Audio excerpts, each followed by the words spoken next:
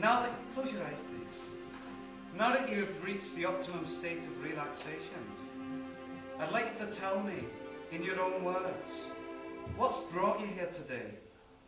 What your problems are and how you think I might be able to help. Well, it all started when I was a very small child. To the outside world, we were a normal, happy, middle-class family. But that isn't how it was on the inside, Dr. Rimbaud. I see. Mummy and Daddy bickered terribly. And when I was just 3 years old, he walked out on us. Mother's resentment got out of hand. She began denying the existence of men. She started calling me Janine. And I was sent to the convent alongside my 5 sisters. Here I excelled in Latin, theology, netball, and proved to be a remarkably strong rower. I threw myself into the convent life and, along with the other girls in my dorm, developed ambitions of chastity and devotion to my faith. As far as I was aware, I was becoming an ordinary teenage girl with an exceptionally large clitoris. It required strapping down for hockey practice. And a disappointingly flat chest. Eventually, I gained new heights of excellence with my rowing, and didn't suspect that anything was wrong until what should have been my crowning moment. It was at the Sydney Olympic Games 2000. I failed the sex test before the women's coxless pairs. Imagine my demonstration. No, Dr. Rimbaud, imagine my devastation. I was a man, goddammit, and I didn't know how to be. And all this because he walked out on us when I was just 3 years old. And then, Dr. Rimbaud, just 6 months ago, he strolled back into our lives and tried to pick up where he left off. I see. And now, Dr. Rimbaud, I don't know whether to love him or to hate him. I don't know whether to embrace him or to spurn him. I'm just one big mixed up little mess, Dr. Rimbaud. I'm so confused. Calm. I'm so hurt. Calm, Mr. Ball. I think I can understand where all that pain and anger is coming from. But I'm afraid we've run out of time for today's session. I'm going to recommend that you come back at least twice a week if that's convenient. Yes. Let me help you at your feet. Yes, sir. Yes. There's one thing I want you to remember during these sessions, and that's that my time is your time, Mr. Ball. Janine. Janine. Right, Janine. Thanks very much. See you next Thursday. See you then. Thank you. Hear how you get it, Sam. A second job, a loan, remortgage your house. What about him? What about that lazy... Change the record. Si's never going to get a job. We're not allowed to stoop so low as to get a job like the rest of us. You weren't supposed to launch. You're going to be under a lot of stress, Sam. So I've taken the liberty of making an appointment for you with a psychiatrist. Oh, I've been down that road before. Nah, not this one. This one's a friend of mine. He's the best. Mr. Ball. I had a feeling we'd be seeing you again. Oh, not you. Referred by your agent, I see. Yes. Well, there are a lot of deeply disturbed people in the performing arts. So I've heard. Now, I was going through your file, and I found a series of statements that you jotted down at our meeting 10 years ago. Right, certainly. And what I'd like you to do is I'd like you to read them out loud. Right. And then just think about them. Okay. Might come a bit closer. Yes. Just read them out loud. That's fine, yes. I tend to... I know it's hard. I know it's hard. Take your time, Mr. Ball. I know. I tend to read into the messages that people are giving me. Right. Now, I'd like you just to ponder on that for a moment, okay? I love you.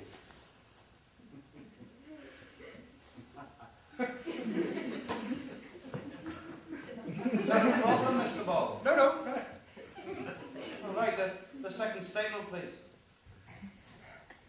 I place my trust in people far too easily. Right. Now, I used to have a client who had nightmares like you. Did he? Right. About a giant insect. Right. But he began to see this insect in his everyday life. Oh, God. He'd see it stood on street corners, giving him guidance and That's advice. an awful thing to happen to somebody. What are you doing to me? Are you alright? You had your glasses on. Can I get a glass of water? Vodka? No, water. Vodka? I meant to say vodka. But I said water. It's not coming together. Can I replay that? It's not television now, darling. Oh, what are you doing to me? Are you alright? No. Can I get you a glass of vodka? Vodka? I said water.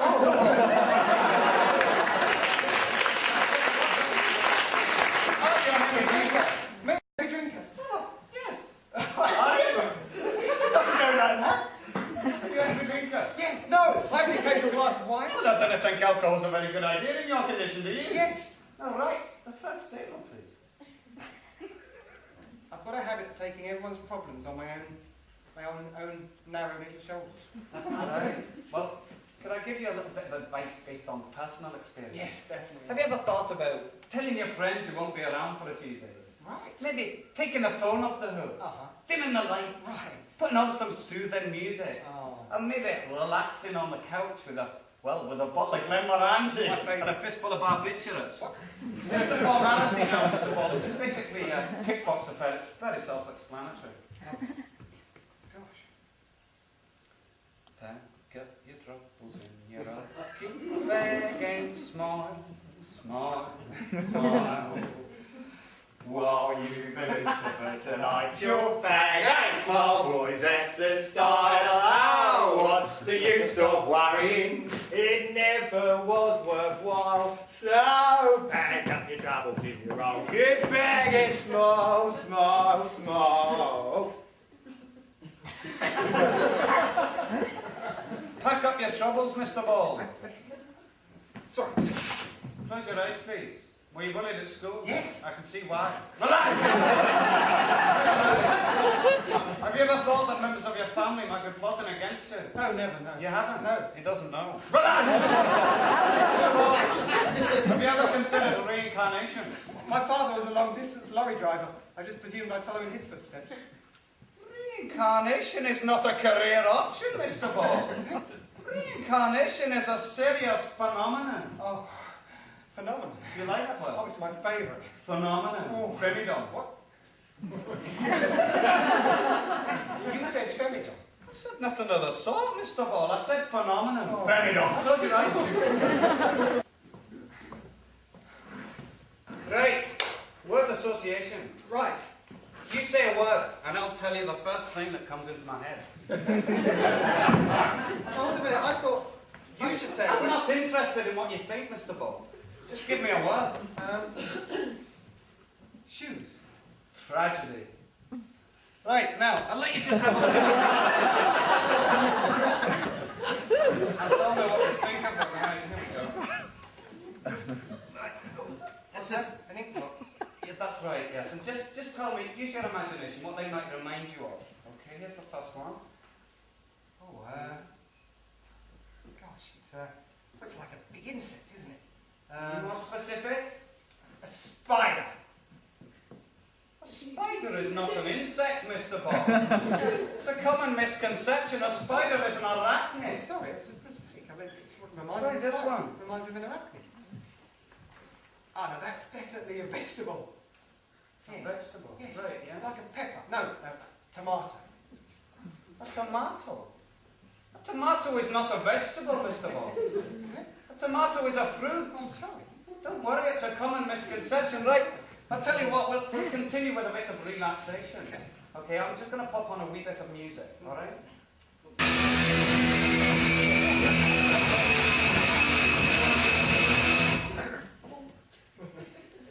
What's that? Sorry, it was the wrong take. That's just something I like to relax with my brains. Yes, a wee cup of peppermint tea and a custard cream. Well, we all like to relax in different ways and stuff. Obviously, yes. But this is what I had in mind. Very nice. It's lovely here. Mozart. Very soothing. Were you aware that by the age of 3, Mozart could play the piano? Right. Could he? By 4, he could learn a piece of music in half an hour. Could he? By the age of 6, he was already composing. Was he? He died at the age of 36, Mr. Ball. Did he really? Only a couple of years older than you. Yes. And what can you honestly say that you have achieved in the same lifespan? I think your answer speaks for itself, Mr. Ball. Dream analysis. Dream analysis. Do you have a dream, a recurring dream? I have one that I have night after night. A recurring dream, right.